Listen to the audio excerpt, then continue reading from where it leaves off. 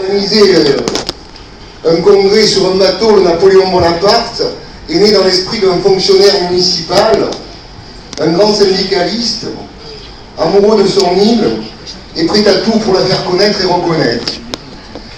Nous nous sommes heurtés à des a priori et des clichés. Un congrès sur un bateau, c'était la CGT Bling Bling ou la croisière s'amuse.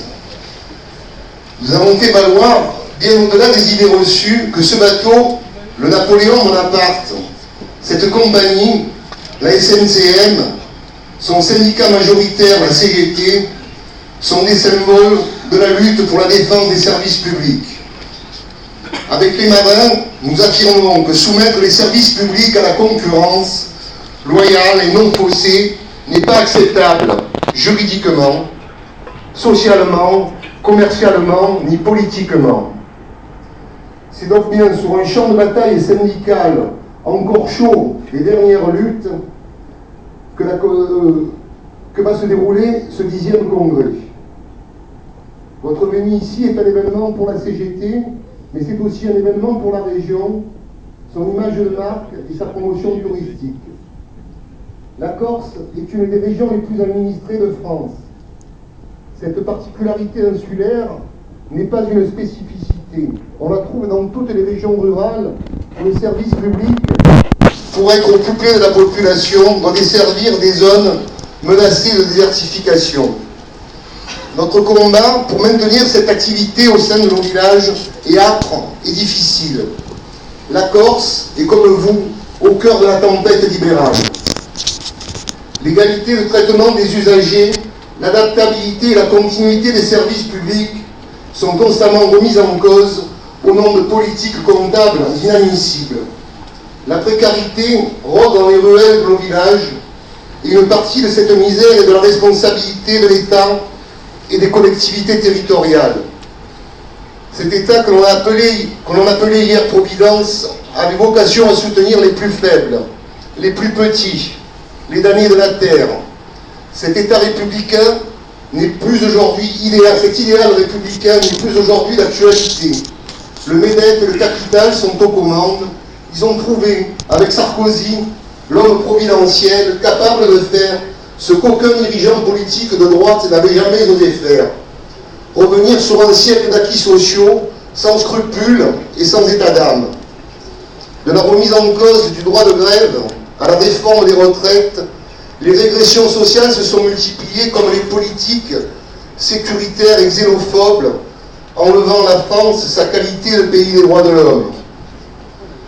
Certains vous diront que ces réformes sont autant de victoires de l'UMP et qu'elles vont dans le sens de l'histoire. Nous disons que ces réformes ne sont que des échecs. Pour exemple, la réforme des retraites. Est-ce une victoire de voter une loi contre la volonté affirmée de 70% des Français? Non, c'est un échec politique, social et économique, et je l'espère électoral.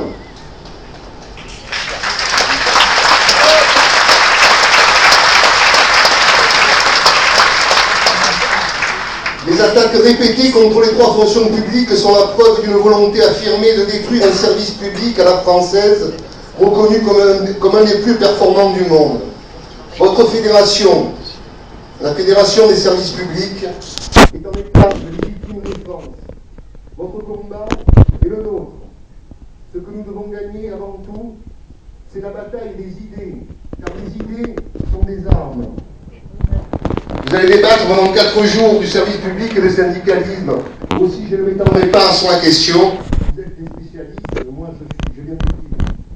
Je voudrais juste vous dire quelques mots sur la Corse. Beaucoup disent que nous sommes des nombrilistes. Je vais donc apporter un peu d'eau au moulin de mes détracteurs. La Corse est l'objet d'un intérêt médiatique important.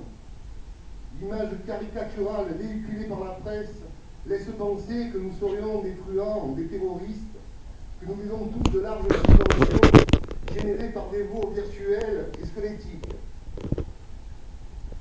La Corse, ce n'est pas ça du tout.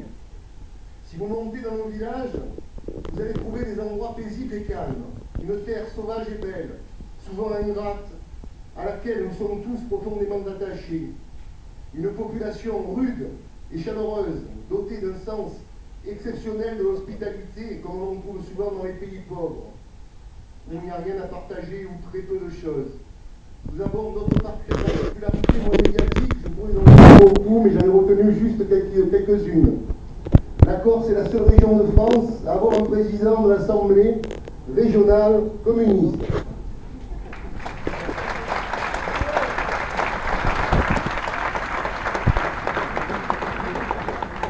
C'est en Corse qu'a été écrite la première constitution qui inspirera celle de l'Amérique et de la Pologne. La démocratie participative était déjà de mise sur l'île au XVIIIe siècle et les femmes votaient à cette époque 200 ans avant que la France n'instaure ce droit.